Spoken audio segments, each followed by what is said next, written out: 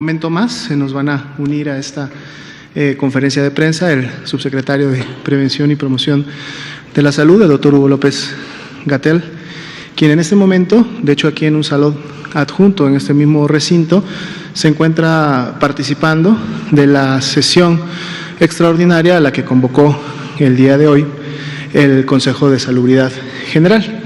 Precisamente en estos momentos están por presentar los acuerdos y compromisos y llevar a cabo las votaciones correspondientes y bueno, parte también del tiempo que tenemos destinado para la conferencia de esta noche estará enmarcada en poderles transmitir la información de lo que se llevó a cabo en la sesión correspondiente y en un momento más precisamente el doctor Hugo López-Gatell nos podrá comentar en relación a los acuerdos y compromisos a los que llegó este Consejo el día de hoy.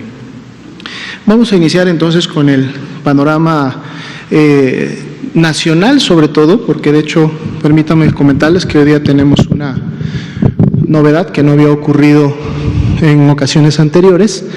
Como ustedes ya saben, porque de hecho el doctor López-Gatell lo ha comentado en varias ocasiones, este mapa internacional se realiza con base en la información oficial que día con día publica la Organización Mundial de la Salud. Un poco similar a lo mejor a lo que comentábamos el día de ayer, en donde nos preguntaban que si había un desfase con los estados o que si la información no estaba todos los días lista o algo por el estilo. Y comentábamos precisamente que los estados salían a dar sus resultados y podían hacerlo en cualquier momento, dado que ellos lo tienen inmediatamente de sus laboratorios estatales de salud pública. Siempre se les comunicó que ellos cuando tuvieran su resultado y quisieran darlo a conocer a su público, a su población estatal en este caso, pues bueno, son los más indicados para salir oportunamente. Nosotros tomamos luego la información que ellos registran en la plataforma en línea, que es una plataforma nacional, y entonces para el corte de las 7 pues estamos actualizando la información. Pues bueno, algo similar pasa con la Organización Mundial de la Salud y todos los países en el mundo que reportamos. Todos los países que estamos reportando casos, hay un formato especial que la Organización Mundial de la Salud definió para la notificación de los casos y de eventos, que todos los días a través de la Dirección General de Epidemiología, dado que ahí está anidado el Centro Nacional de Enlace para el Reglamento Sanitario Internacional, que es el mecanismo oficial por el cual el país, en este caso México, ¿sí?, comunica y notifica todos sus eventos de importancia internacional. Y pues bueno, lógicamente durante este año y desde que inició el año, el tema de COVID-19 ha sido muy puntual todos los días, pero así como México, son todos los países del mundo los que están notificando y la OMS en su momento también hace un corte, realiza sus productos, emite las tablas de los casos. Bueno, la novedad que les quería comentar es que si ustedes se percatan en el mapa es el mismo de ayer, ¿sí? Es el mismo de ayer porque el día de hoy la OMS hasta el corte estuvimos dando una oportunidad hasta las 6:30 de la tarde, que es cuando nosotros pasamos como hora límite los productos a la producción para poder tenerlos en su pantalla. Bueno, hasta las 6:30 de la tarde, el día de hoy la OMS no había todavía actualizado sus números, ¿no? Esto puede suceder, puede pasar, no es algo necesariamente extraño o que esto signifique que algo, de seguro si entramos en unos minutos más o en unas horas más a la página de la OMS, muy probablemente ya va a estar la actualización, de seguro fue un retraso. Esperemos que para mañana podamos tener la información como normalmente acostumbramos tenerla. Lo comentaba en el marco de lo que ya se había siempre comentado, que para poder generar este mapa para ustedes, sí necesitamos la información y las bases de datos que la OMS normalmente actualiza. No consultamos otras fuentes, si bien es cierto muchos países publican o están publicando sus datos, o hay otros medios o organizaciones civiles, internacionales inclusive, que tienen inclusive aplicaciones o mapas interactivos en las páginas, muy buenos, porque tarde que temprano vamos viendo cómo estos se alinean muchas veces a la información que hay y de todas maneras son motivo de referencia, de consulta de la información, pero nosotros para presentar sí una información oficial nos tenemos sí que referir a la información internacional oficial, que es la que la OMS publica. Entonces, solamente explicado y dicho esto un poquito en el proceso, pasaríamos sí a nuestro panorama nacional, que ese lógicamente sí depende de nosotros, de los cortes que hacemos en el día a día, y pues bueno, esta sería la actualización para las últimas 24 horas. El día de hoy salimos con 164 casos confirmados. Si recuerdan, el día de ayer teníamos un pool importante de casos sospechosos, en donde están siempre la posibilidad de poder tener nuevos casos confirmados, como por ejemplo es en el hoy también, ese pool representan 448 casos, que es donde podemos el día de mañana tener nuevos casos confirmados que se sumen a los de color rojito, o podemos tener casos descartados en color verde.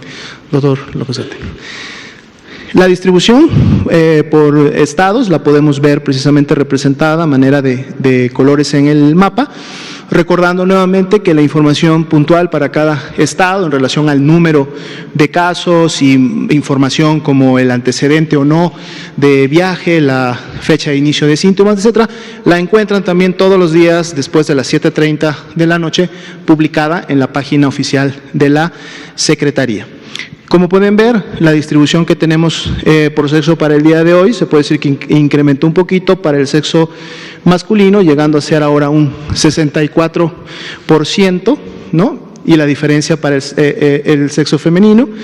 La atención médica se mantiene básicamente en parámetros similares, a pesar de la suma de los nuevos casos, un 10% que sí es ingresado a un segundo nivel, ya sea para observación o una valoración a fondo. Hay que recordar que en los lineamientos de atención médica se dice que si la persona que está demandando la atención es clasificada como caso sospechoso y tiene un factor de riesgo, no es bueno inmediatamente mandarla al domicilio para ver si en las siguientes 24 horas no hay la posibilidad de que empiece a complicarse y presentar signos de alarma. Entonces, muchas veces cuando llegan este tipo de pacientes, los hospitales prefieren ponerlos en observación, y de ahí que podemos tener un poco esta tasa, que es ya un poco diferente a lo que sucede en el día a día y cómo van evolucionando, que lo vemos en la siguiente gráfica. Entonces vemos que de ese 90% que en su momento demandó atención, y al demandar la atención lo hizo en un primer nivel y además fue referido a su domicilio para que continuara con su resguardo domiciliario, es decir, no fue hospitalizado, no fue ingresado a un segundo nivel. Si regresamos una para atrás, por favor. 87%, o sea, prácticamente la misma proporción, 90, 87 aquí, continuaban en ese estatus, es decir, se mantenían de forma ambulatoria, no fue necesario regresarlos o reingresarlos a una unidad médica. Un 8%, que vemos en el color un poco celeste oscuro, son los que sí ingresaron a un nivel hospitalario, pero que además están reportados como estables. Un 2% son los que para el corte de hoy están reportados todavía como graves. Esto viene a representar 3 casos en función del total de casos confirmados, que son los 164. Vemos ya también reflejado en la gráfica la ocurrencia de los decesos, de las defunciones, con 1%, que fue la que se notificó, se dio a conocer esta mañana. Y bueno, tenemos también una proporción ahí de casos recuperados. Por institución, la mayor cantidad de atenciones continúa siendo en la Secretaría de Salud, el 73%, y esto lógicamente es a nivel nacional, es decir, en todos los hospitales que pertenecen a la Secretaría de Salud, y el segundo lugar, con un 22%, lo siguen todavía proporcionando las instituciones privadas. Estamos hablando precisamente de hospitales privados que operan. Es importante comentar, no forma parte de ninguno de los líneas que tenemos aquí. El día de hoy tuvimos un deceso que está clasificado como sospechoso, es decir, de este grupo de 448 personas que están esperando un resultado, hubo una defunción. ¿sí? Estamos esperando el resultado como tal, la muestra entró en el transcurso de la tarde y estamos esperando el resultado para ver si en un momento, cuando lo tengamos, pudiera ser este caso confirmado, pero sí queremos que ustedes lo conozcan y que estaremos en todo caso todos a la expectativa del resultado para, de salir positivo, podérselos comunicar. Es una persona que tuvo antecedente de viaje a los Estados Unidos, es un adulto mayor de 74 años de edad y con antecedente de 15 años de padecer hipertensión arterial. Estamos viendo cómo los factores de riesgo que habíamos estado comentando desde las últimas semanas, que son los que precisamente pueden desencadenar una enfermedad más grave y lamentablemente el deceso de la persona, pues los estamos también viendo cómo suceden en los casos que estamos registrando en México. Solo reitero, es una defunción sospechosa todavía, no está confirmada, estamos sí a la espera del resultado de laboratorio. La siguiente, por favor. El estudio de contactos se continúa, estamos en una fase de transición entre el escenario 1 y el escenario 2. Ya habíamos comentado en conferencias anteriores que cuando estemos ya en escenario 2, realmente el seguimiento de contactos se limita y ahora lo que inicia es más bien el estudio y el seguimiento de los brotes comunitarios. Pero dado que todavía estamos en una fase de transición, se puede decir que todavía hay capacidad del sistema para poder investigar y dar seguimiento a las cadenas de transmisión y ver si los contactos de los casos confirmados durante los siguientes 14 días inician o no con sintomatología. El 10% del total de contactos inició con sintomatología, que representan 54 contactos que iniciaron con sintomatología. A los 54 contactos se les realizó la prueba confirmatoria, confirmándose 19. Entonces, al día de hoy tenemos, dentro de los casos confirmados, tenemos 19 casos asociados a importación, ¿no? Es decir, son personas que se contagiaron del caso importado inicial. Entonces, vemos también cómo día con día, en base a cómo vamos avanzando en la vigilancia, empezamos a encontrar más y más casos asociados a importación y es precisamente lo que sucede en la fase de transición entre el escenario 1 y el escenario 2, porque entonces lo que sigue a continuación, o inclusive pudieran ser personas ya en fases o en periodos de incubación de la enfermedad, es cuando entonces ahora estos casos asociados a importación generan a su vez una siguiente generación de contactos. Y en la medida que esto se va expandiendo o dispersando, entonces empezamos a ver y a notar los brotes comunitarios, que son los que empiezan ya a caracterizar en sí un escenario 2 como tal, y en la medida como este se va incrementando, como la transmisión se va realizando, pues estaríamos transitando sobre él en miras a lo que podría ser más adelante el escenario 3 del que siempre habíamos comentado. Entonces, hasta este punto es la parte del panorama. Ya decíamos, doctor López-Gatell, que estaba participando de la sesión extraordinaria del Consejo de Salubridad General y que en su momento también se podía dar información en relación a lo que había sucedido. Bienvenido, doctor. Gracias. Muchas gracias, doctor Alomía. Efectivamente, ahorita quizá podemos abrir a preguntas y respuestas y seguramente una de ellas va a ser sobre la sesión del Consejo de Salubridad General. Vamos a empezar aquí con Ángeles Cruz, Blanca Valadez, ustedes dos y así nos vamos yendo. Gracias, buenas noches. Yo le quiero preguntar sobre el fallecimiento de la persona de ayer.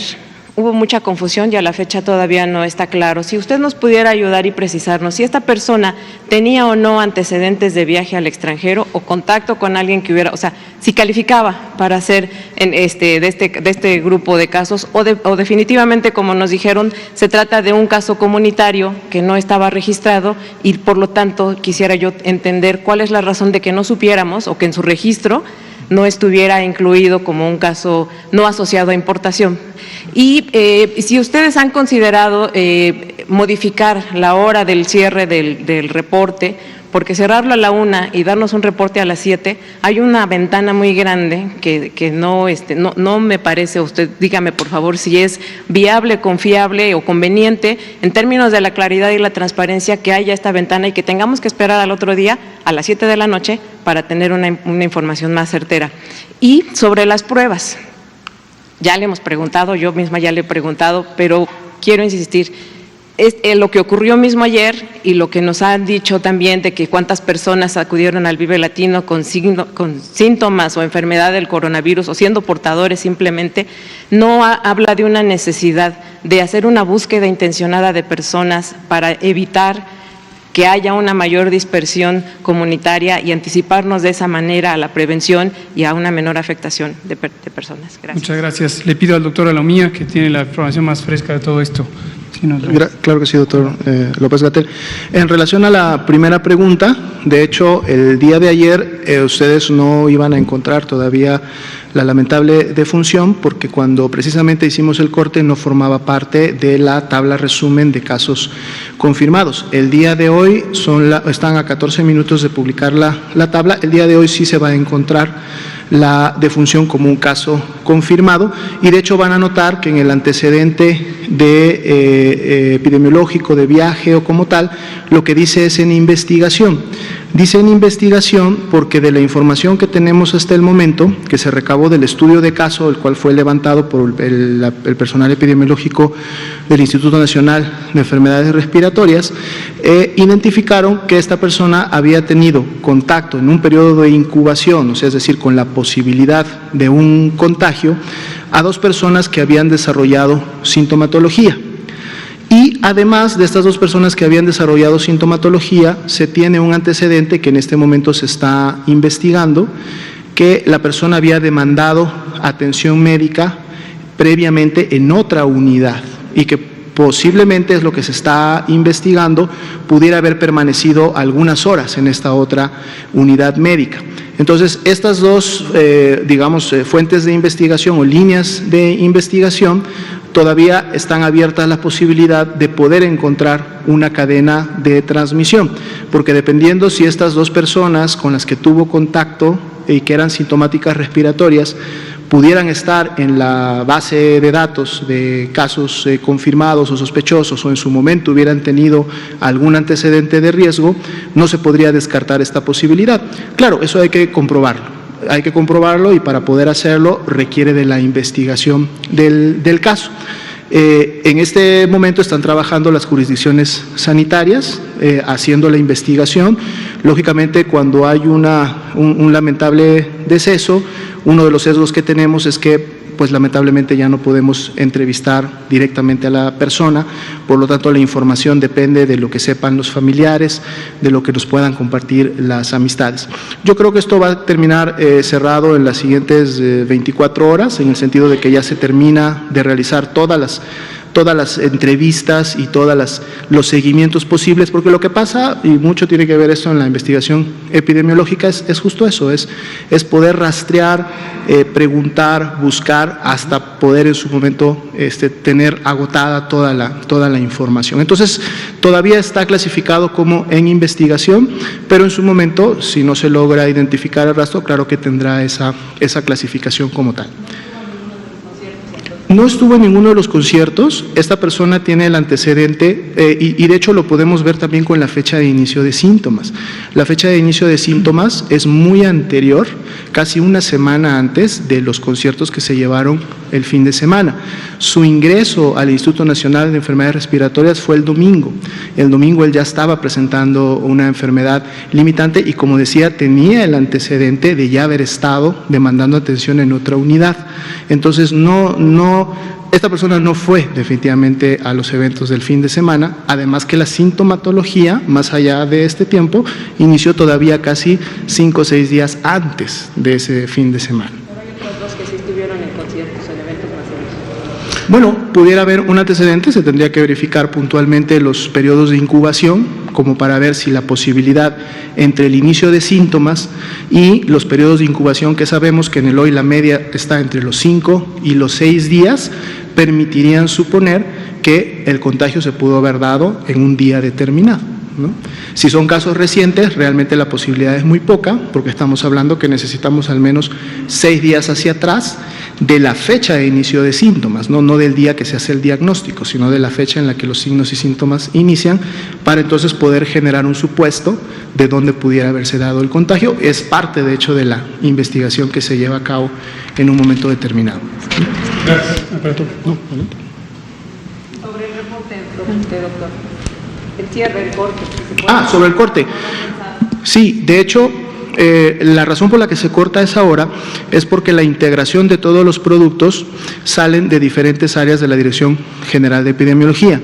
La Unidad de Inteligencia Epidemiológica y Sanitaria prepara el panorama internacional, dado que es quien tiene las fuentes oficiales con la Organización Mundial de la Salud y es la entidad que además hace el monitoreo de diferentes eventos. La Dirección de Investigación Operativa es la que realiza el corte de la base de datos y la pasa a los técnicos correspondientes para que hagan todo el trabajo de mapeo, de integración, de generación de gráficos. En función de la recarga que significa, porque no solamente es el trabajo de tomar la base y preparar los productos, sino que se requiere de mucho trabajo previo, técnico, de comunicación con todas las entidades federativas, sobre todo aquellas que han notificado casos confirmados en las últimas 24 horas después del último corte. De hecho, cuando ellos cortan a la una, no es que a la una ya solamente se dedican a hacer estos productos, ellos cortan, pasan el producto al área correspondiente y ellos siguen trabajando con los estados para poder tener lista la información para el siguiente corte. El poder saber los contactos, cómo han sido abordados, qué seguimiento se les ha dado, si tuvieron o no tuvieron les cursaron o no la prueba a los contactos que se volvieron sintomáticos, si estos se confirmaron, dónde están, es todo un trabajo de seguimiento que sí se hace desde la Dirección General de Epidemiología, pero es una interacción con los estados. Pudiéramos en su momento, basados un poco ya en la práctica diaria, tratar de reducir, pero a lo mejor no podríamos bajar ese periodo de media hora o una hora más, porque es realmente lo que se define, recordando que no es que poquitito antes de las 7 tenemos los productos, sino que los productos tienen que estar elaborados entre 5:30 a 6 para una revisión final, una validación y entonces poderlos pasar a los equipos para podérselos presentar. Pero nos llevamos en todo caso la posibilidad de revisar si podemos acortar aunque sea un poquito más. Gracias, doctora Mía. Vamos con Blanca Valadez, los dos compañeros aquí. Nos seguimos por allá. Si no han considerado o reconsiderado adelantar, o sea, hacer pruebas masivas a más personas, ir a buscar a los que pudieran estar afectados. Sí, no es una estrategia de vigilancia epidemiológica que se considere útil o eficiente. Como hemos explicado, las medidas de control epidémico que todos los países iniciaron aplicando con una base técnica se centran en el aspecto de la contención en torno a los casos sospechosos y se compone de 3 elementos: detectar a los casos sospechosos y ponerlos en aislamiento y estudiar sus contactos. Y en ese proceso está involucrado el diagnóstico por laboratorio del caso sospechoso, que en un momento dado pasa a ser clasificado como confirmado o no confirmado. Esta medida, como explicó el doctor Alomía, y lo hemos comentado en otras ocasiones, tiene la posibilidad de aplicarse cuando hay pocos casos. Por eso esta medida se recomienda utilizarla en la primera etapa de importación viral, donde hay decenas de casos. En un momento dado, este número de casos empieza a aumentar y la utilidad de estar detectando o intentando detectar a cada caso sospechoso para ponerlo en aislamiento empieza a ser impráctico, pero además inconveniente, porque empieza a distraer los distintos mecanismos de la salud pública hacia un esfuerzo que desde el principio se sabe tiene límites. Y es el momento en donde es más conveniente adelantar las intervenciones que se pueden ejecutar para tener un alcance masivo. El alcance masivo de las intervenciones se logra con las intervenciones de mitigación comunitaria, y es precisamente el distanciamiento social. Recuerden que en la transición entre etapa 1 y etapa 2 o etapa 2 y etapa 3 no ocurre de un día para otro o no ocurre cuando se agrega un caso más. De hecho, no depende del número de casos. De lo que depende es de las características de la transmisión. Cuando la transmisión ocurre en pequeños entornos familiares, donde hay transmisión del caso importado a la primera generación, todavía estamos hablando de importación de casos. Cuando ya empiezan a ocurrir, no necesariamente con el primero, sino empiezan a ocurrir situaciones de transmisión donde no se puede rastrear quién fue la persona contagiante, entonces ya empieza a reconocerse un patrón de transmisión comunitaria. En el caso mexicano, y les pido lo tengan presente, decidimos adelantar medidas típicamente recomendadas para la fase 2, típicamente recomendadas. ¿Cuáles son estas? Las que anunciamos el sábado pasado y hemos reiterado, y les pedimos por favor nos ayuden a que permeen a la sociedad. Cancelación o posposición o reprogramación de los eventos masivos, suspensión de las actividades escolares en forma anticipada y la recomendación de suspender o sustituir por otros mecanismos aquellas actividades no esenciales de las organizaciones gubernamentales, las públicas o las sociales o las privadas. Es decir, todos aquellos trabajos, por poner el ejemplo del caso laboral, puede haber otro tipo de actividades, pero aquellos trabajos que se pueden hacer desde casa, pues mejor que se hagan desde casa, en una gran cantidad de oficinas, tanto públicas como privadas o sociales. La gente trabaja con un instrumento de cómputo y utilizando el Internet. Entonces, si es posible, hay que privilegiar que esos trabajos se realicen en casa y que las personas estando en casa se queden ahí, que salgan lo menos posible a la comunidad. ¿Y de qué depende que uno decida adelantar o esperar? Lo hemos también comentado, lo retomo. Uno siempre quisiera tener las intervenciones lo más pronto posible para evitar la mayoría de los casos, o todos potencialmente los casos. Pero una intervención aplicada demasiado temprano tiene poca utilidad porque ocurre en un momento de muy baja transmisión y en cambio prolonga el periodo en el que la sociedad tiene afectadas sus actividades de sustentación, la alimentación, el servicio de limpia, el servicio de agua, el servicio de provisión de insumos generales para la vida diaria, y eso tiene un límite. Una sociedad no puede estar congelada por demasiado tiempo antes de entrar en una crisis y colapsarse. Entonces, este es un delicado balance que depende precisamente del análisis del que habla el doctor Alomía. El boletín o el comunicado técnico es la síntesis para propósitos de comunicación de un proceso de análisis que se realiza todos los días.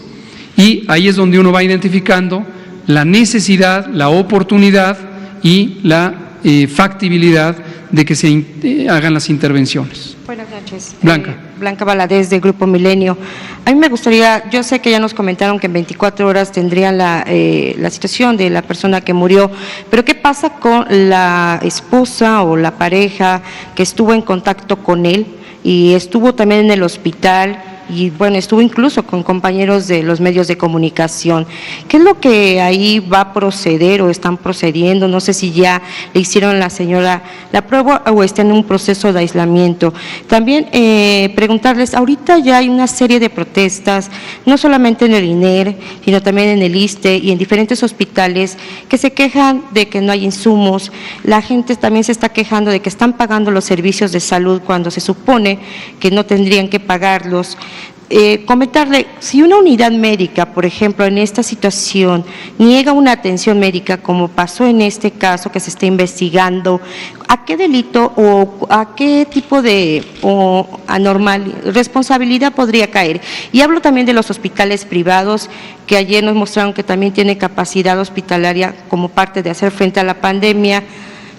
Yo sé que ustedes no son parte médico, pero la persona de 74 años es saber dónde fue su contagio y si esta persona está en el sector privado o público. Y bueno, perdón el abuso, pero sí me gustaría saber, Estados Unidos y Canadá ya declararon estado de emergencia, ellos ya cerraron su frontera de manera unilateral. En este Consejo se está contemplando un plan parecido, es decir, usted nos ha dicho constantemente que esta no es una emergencia, pero no sé si están tratando de cambiar esa estrategia, considerando que los dos países ya lo determinaron y de esta manera pues forma parte de los acuerdos del Consejo. Gracias. Con mucho gusto. Centrémonos en lo que es más relevante para la información pública de una epidemia. Centrarnos en casos específicos que no son representativos de un fenómeno de la dinámica de la epidemia, pues es un poco menos informativo. Le voy a contestar lo del Consejo de Salubridad General y el significado de sus decisiones. En algunos países, es el caso de Estados Unidos, es el caso de Argentina, es el caso de algunos países europeos, desde tiempo atrás, cuando ellos vivieron etapas de intensa transmisión, que ya hemos dicho que en general están un mes más afectados que nosotros, porque México entró a la epidemia gruesamente un mes detrás, decidieron tomar algunas disposiciones respecto a sus órganos que gobiernan la salubridad general, que podrían ser hasta cierto punto los equivalentes de nuestro Consejo de Salubridad General.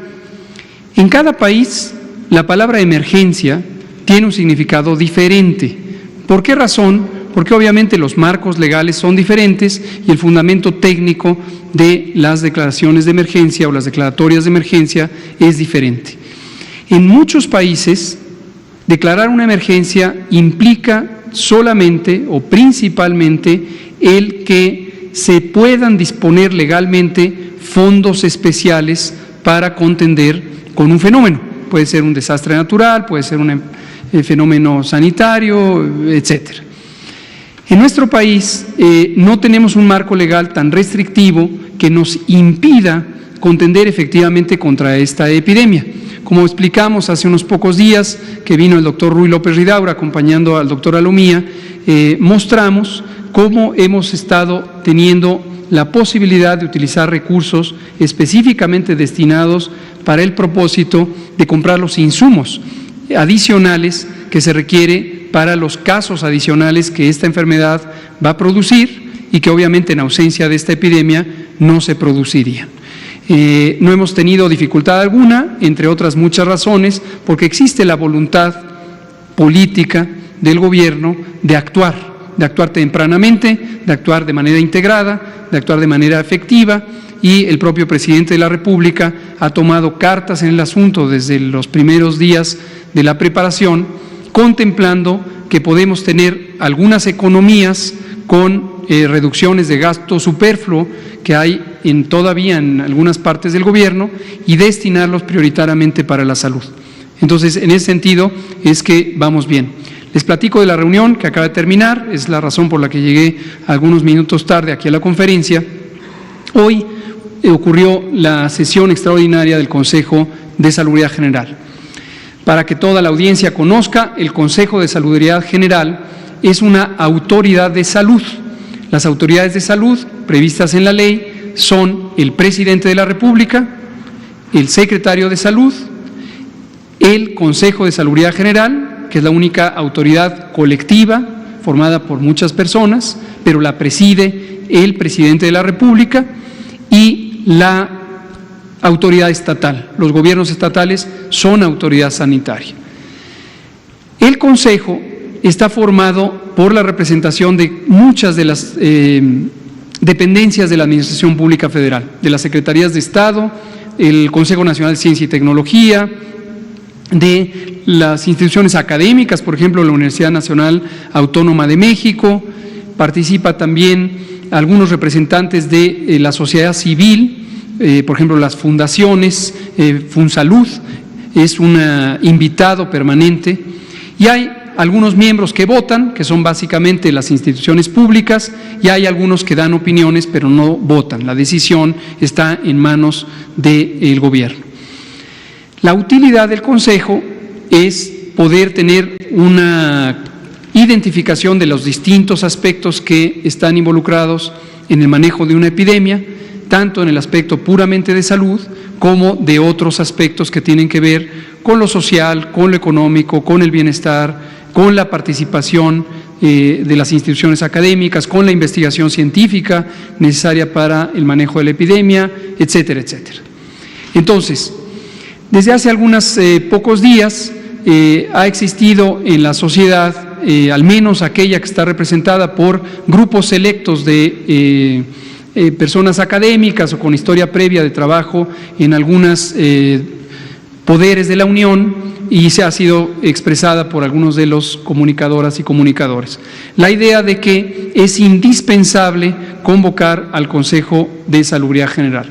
Lo primero que es útil aclarar es que, la expresión que se ha usado es instalar el Consejo. El Consejo se instaló en 1917. Entonces, lo que ocurre, y en la historia del Consejo además, viene de 1957. Lo creó el presidente Juárez. Entonces, no se necesita instalar al Consejo.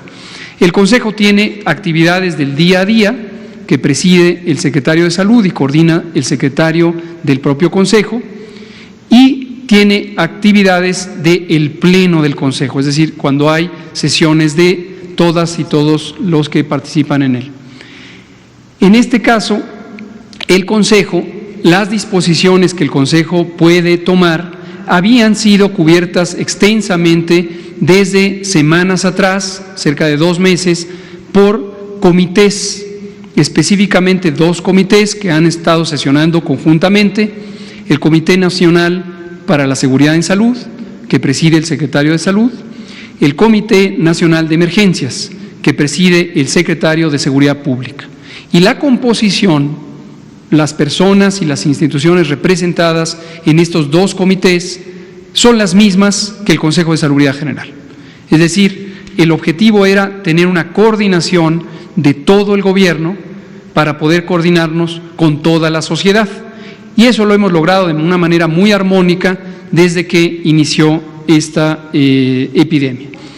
En las sesiones del del Comité Nacional para la Seguridad en Salud y del Comité Nacional de Emergencias, la más reciente ayer tuvimos una sesión conjunta de estos 2 comités, hemos ido corroborando que las distintas instituciones que participan en los subcomités técnicos, específicamente el Subcomité de Enfermedades Emergentes, son convalidadas, son ratificadas por el nivel superior de las dependencias de la Administración Pública, es decir, las personas titulares de los ramos, de las Secretarías de Estado. Hoy, sin embargo, hemos participado en la sesión del Consejo, está terminando en estos momentos, y fue productiva porque permitió, acaso una vez más, corroborar que existe consenso entre instituciones, y en este caso organizaciones sociales, de muy variada naturaleza, orientación y atribuciones, en que el plan integral que México inició con su monitoreo y alerta temprana en diciembre de 2019 y ya de manera más formal en enero de 2020 y que ha continuado, es el plan correcto para enfrentar científica y técnicamente esta epidemia. Allá atrás. Estaban ustedes. Ya, hay que dar la palabra a otros porque si no nos atascamos. Alejandro Cosplainunia. Yo tengo 3 preguntas. Si se implanta, ¿va a ser una sesión permanente del Consejo de Salubridad o se cerró? Y si ellos darían la línea, si es que se queda abierta. Existe una enorme confusión todavía con respecto a los laboratorios. Siguen preguntando si pueden o no hacerlo, si nos puede aclarar algo al respecto. Y finalmente, yo creo que no he hecho bien mi trabajo o no hemos hecho bien nuestro trabajo, porque un juez está pidiéndole mayor información acerca de las medidas preventivas y de las acciones y desean más información y presentar más acciones con respecto a la detección.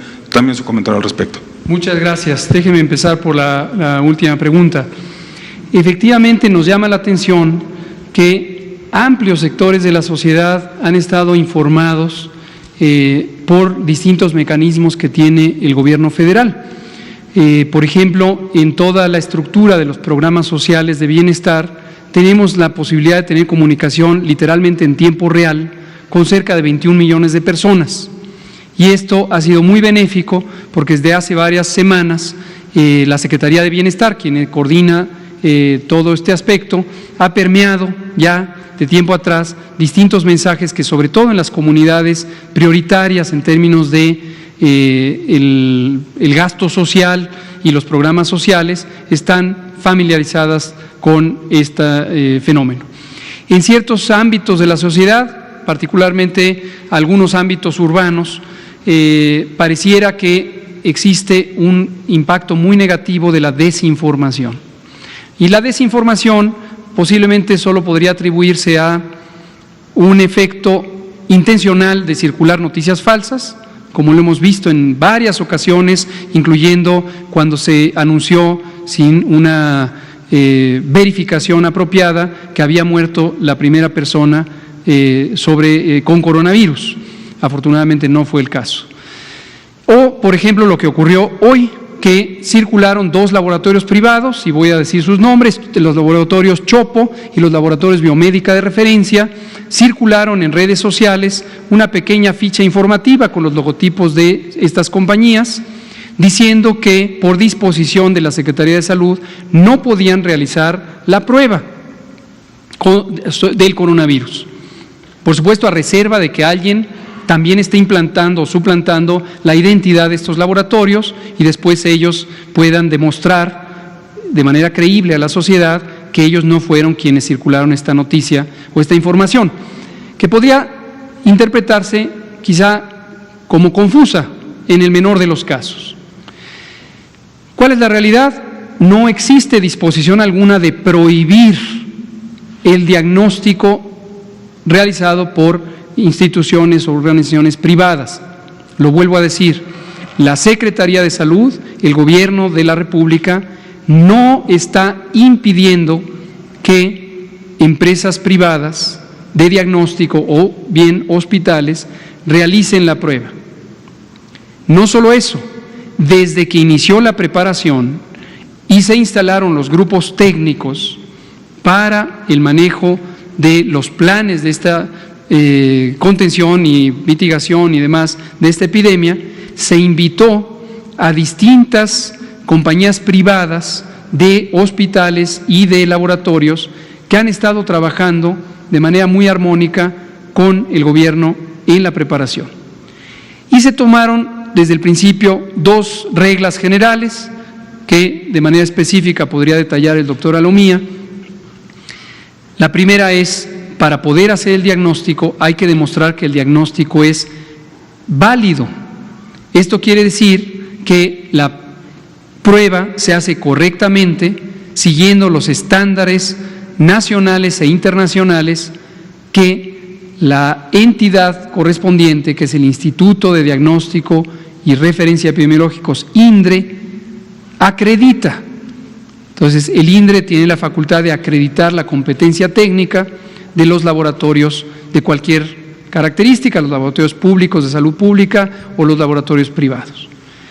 Y ese es el primer requisito. Y el segundo es que se comprometan con lo que mandata la Ley General de Salud y la norma oficial mexicana 017 para la vigilancia epidemiológica, que es la notificación inmediata de resultados reactivos o positivos al coronavirus.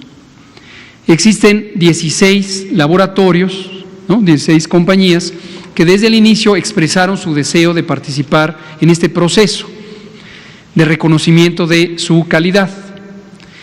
Hasta el momento de esos 16, y este trabajo empezó prácticamente desde el primer día de febrero, solamente 2 han demostrado tener la competencia técnica y satisfacer los estándares que se exigen también para los laboratorios públicos, los laboratorios de salud pública. Hasta el momento son el Hospital ABC y el Hospital Ángeles de Interlomas.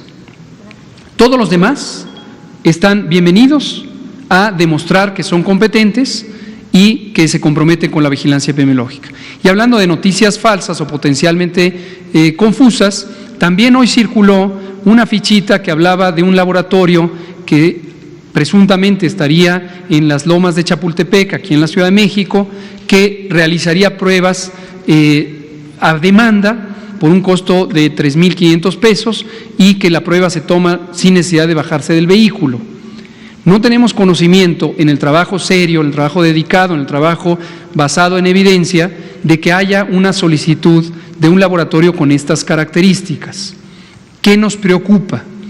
Nos preocupa como elemento principal que la estafa, que consistiría en presentar un servicio que no tiene acreditación técnica, resultara en un daño a la población, que puede no ser menor. ¿Por qué? Porque un resultado falsamente negativo va a llevar a una sobreconfianza de que no se tiene la enfermedad. Si esto ocurre en la mayoría de las personas que no tienen probabilidad de complicarse, que son 8 de cada 10, quizá no pase a mayores. Pero si esto ocurre en un adulto mayor, en una mujer embarazada, en alguien con enfermedad crónica, le puede llevar a una mala decisión de no acudir a atención médica y entonces perder la oportunidad de que sea atendido. Por supuesto, la otra preocupación es que pudiera ser una estafa en términos económicos, ¿verdad? Pero bueno, vámonos más rapidito. Entonces, usted y por allá nos vamos a 3 mujeres por allá, Melina y ustedes 2. Itzel, gracias. Por favor. Buenas noches. Patricia Rodríguez Calva, de Grupo Imagen. Primero, una precisión para el doctor Alomía. Cuando usted habla de que la persona que falleció ayer no estuvo en festivales, me lo precisa, se refería al Vive Latino, porque tenemos el reporte, si es falso, dígame, que esta persona acudió a un festival en el Palacio de los Deportes el 3 de marzo, un festival de un grupo que se llama Ghost, y ahí pues hubo, algún otro tipo de contagio. No sé si eso lo están considerando, porque entiendo que fueron el 9 de marzo cuando presentó los síntomas, pero el festival fue el día 3 de marzo. Eso por una parte. Por la otra, si se reunió el Consejo General de Salubridad, ¿quiere decir que ya estamos a nada de entrar a la fase 2, que esto se podría anunciar entre hoy, mañana o antes del fin de semana? Déjeme contestar esta y ahorita vemos el punto. Sí, gracias. De curiosidad sobre un caso específico. No, simple y llanamente no. El órgano de autoridad sanitaria colegiado llamado Consejo de Salubridad General se reúne o se puede reunir con distintos propósitos y no se necesita que haya una sesión ordinaria o extraordinaria de este Consejo para ir implementando los distintos elementos del protocolo técnico de respuesta a esta epidemia. Entonces, no tengan esa expectativa. Esta es una expectativa también un tanto desconectada de la realidad, en el sentido de que se necesitara una sesión especial para que entremos a la siguiente fase. Como hemos dicho, el identificar de manera fragmentada, de manera discreta, las distintas fases es solo para ayudar a la comunicación social. Este es un cambio continuo del día a día, de horas, de semanas. Este es un cambio progresivo. No es de que a partir del caso número 102 ya estamos en la siguiente fase. No es que a partir de haber perdido la trazabilidad de 6 casos ya estamos en siguiente fase. Los criterios se van evaluando y lo relevante de las distintas fases es el poder implementar en la manera más oportuna, donde son más efectivas y donde es factible, donde es posible, porque hay otros elementos que lo facilitan, las intervenciones. Y lo ilustro precisamente con las 3 intervenciones masivas de distanciamiento social que tienen un impacto mayúsculo, mayor, sobre la reducción de la velocidad de transmisión. En el caso del calendario escolar, aprovechamos la enorme oportunidad que nos brinda tener las vacaciones ya contempladas de Semana Santa. A estas les agregamos unos pocos días antes y ganamos todo un mes de reducción de la transmisión. Entonces fue el momento de oportunidad y México, a diferencia de varios otros países, de Italia, de España, de Estados Unidos, México se adelantó con las medidas clásicamente recomendadas para la fase 2 preferimos hacerlas desde la fase 1. Y pocos países han hecho lo que México, adelantarse. Entonces, ayúdenos, por favor, a diseminar que estas medidas están ya en práctica desde el sábado pasado para que la gente tenga una visión muy clara que algunos grupos sociales han estado promoviendo. Quédate en casa, quédate en casa. Si no es indispensable que salgas, quédate en casa. Si alguien más puede ir por ti al supermercado a resolver un trámite que no se puede posponer, quédate en casa. Si te quedas en casa, si se quedan en casa tus familiares, si nos quedamos en casa todos, hasta donde sea posible, sin afectar importantemente nuestra estabilidad económica, social, alimentaria, le vamos a hacer un bien a nosotros, a nuestras familias, a la sociedad. Quédate en casa siempre que sea posible, quédate en casa hasta que pase el momento de esta epidemia. Vamos a dar, creo que nos queda tiempo para 2. Melina, perdón. ¿Hubo acuerdos 3 de marzo porque ahí hubo pues una concurrencia sí, más? Rápidamente, definitivamente no en el Vive Latino, sí. Y lo comentamos porque eso circuló mucho en redes y queremos ser claros, no. Y tiene un antecedente de haber visitado no un evento masivo, sino más bien un evento público en un restaurante privado. Ese es el único evento de contactos que tiene, no un evento masivo, es de la investigación de hoy. 2 últimas preguntas, Melina e Itzel, por favor. Muy buenas tardes, Melina Ochoa de Uno TV. Preguntarle, subsecretario, ¿cuál sería la respuesta entonces para justamente este juez, el Poder Judicial, que está exigiendo y que 24 horas informen, ¿no?, sobre cuáles son las medidas que han tomado ahora con el COVID-19?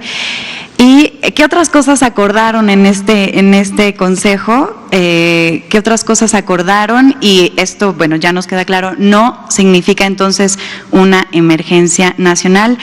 Y por último, en la mañana ya el presidente López Obrador hablaba de este plan DN3. Yo hace 2 semanas había preguntado si iban a utilizar justamente este plan para la mitigación o contención. ¿De qué va este plan? Cómo no, gracias por sus preguntas, Melina, muy útiles. Empiezo por la última. Efectivamente, recuerdo bien cuando me preguntó eso y ocurrió esa pregunta justo en el día que Estados Unidos anunció que utilizaría su Guardia Nacional, Estados Unidos de América, su Guardia Nacional, para reforzar con cuerpos armados las medidas de salud pública. Esto es improcedente para los criterios de un país como México y asumo que también de muchos otros países donde reina la paz pública y hay colaboración de la ciudadanía. La Guardia Nacional no tiene como propósito combatir los virus, porque los virus no se combaten con armas, se combaten con medidas de distanciamiento social, lavándonos las manos, protegiendo el estornudo, quedándonos en casa si es posible. Y lo que sí, como todos sabemos, nuestras Fuerzas Armadas, tanto el Ejército como la Marina, tienen una larga historia muy noble y muy heroica de asistencia a la población cuando ocurren fenómenos masivos que afectan lo normal de la vida pública. Entonces, en el caso del Ejército es el plan DN3, en el caso de Marina es el plan Marina, y básicamente lo que ellos han puesto a disposición, no quiere decir que se necesita en forma inmediata, pero que consideremos todo el repertorio de los recursos que tiene el gobierno para, si fuera necesario, poder utilizar los distintos mecanismos, la logística, las comunicaciones, etcétera, etcétera, ¿no? Ahora, lo otro que me preguntaba…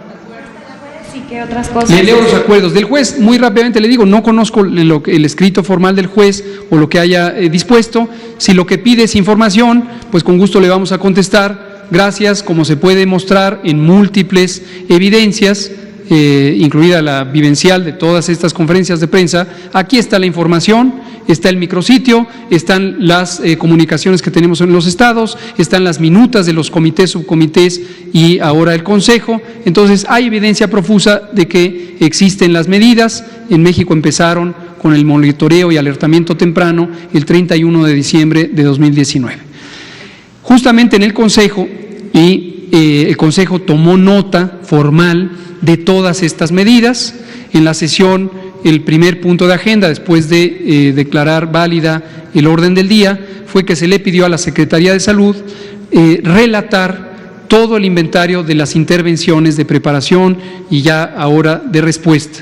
Es una lista larga, nos llevó varios minutos describirla, entonces las miembros del Consejo tomaron nota de esto y finalmente los acuerdos consistieron en los siguientes 5 elementos. El primero es que el Pleno del Consejo de Salubridad General reconoce la epidemia de enfermedad por el virus SARS-CoV-2, conocida como COVID, en México como una enfermedad grave de atención prioritaria. Esto atiende exactamente al texto constitucional que dispone que en caso de enfermedad grave la Secretaría de Salud está facultada para tomar acciones inmediatas, tal como ocurrió, y que estas acciones inmediatas posteriormente, y nos especifica en qué momento, serán convalidadas por el Presidente de la República. Entonces, el Consejo de Salubridad General tomó nota de ello y reconoció esta característica. Segundo, el Pleno del Consejo de Salubridad General sanciona, esto quiere decir positivamente revisa y aprueba las medidas de preparación, prevención y control de la epidemia de COVID que han sido diseñadas, coordinadas y supervisadas por la Secretaría de Salud e implementadas por los poderes legislativo y judicial, instituciones del Sistema Nacional de Salud, dependencias y entidades de la Administración Pública Federal, los gobiernos de las entidades federativas y distintas organizaciones de sectores social y privado. Y aquí aprovecho para comentar muy puntualmente que esta distorsión de la información, nuevamente en la que se decía cada quien hizo las acciones que quiso, pues no, porque todo el operativo fue diseñado en consenso con los distintos implementadores. El acuerdo 3 fue que la Secretaría de Salud establecerá en lo sucesivo las medidas necesarias para la prevención y control de la epidemia de COVID en consenso con las dependencias y entidades involucradas en su aplicación, que con ellas se definirán las modalidades específicas, las fechas de inicio y término de las mismas y su alcance territorial. En el cuarto, el Consejo de Salubridad General exhorta a los gobiernos de las entidades federativas en su calidad de autoridades sanitarias y en general a los integrantes del Sistema Nacional de Salud a definir a la brevedad los planes que han estado preparando de reconversión hospitalaria y expansión inmediata de la capacidad que garanticen la atención oportuna de los casos de COVID que necesiten hospitalización. Esto, como habíamos comentado también, llevamos ya 4 semanas de trabajo técnico en donde las 32 gobiernos estatales y todas las instituciones públicas del sector salud han estado preparando sus planes y lo que hoy les requiere el Consejo es que los integren ya donde hay convergencia territorial. Por ejemplo, en la Ciudad de México participa el IMSS, participa el ISSSTE, participan los hospitales federales, participa la Secretaría Estatal, es decir, la Secretaría de Salud de la Ciudad de México, y ahora toca integrarlos. Y por último, el Consejo de Salubridad General se constituye en sesión permanente hasta que se disponga lo contrario. Aquí terminamos. Muchas gracias.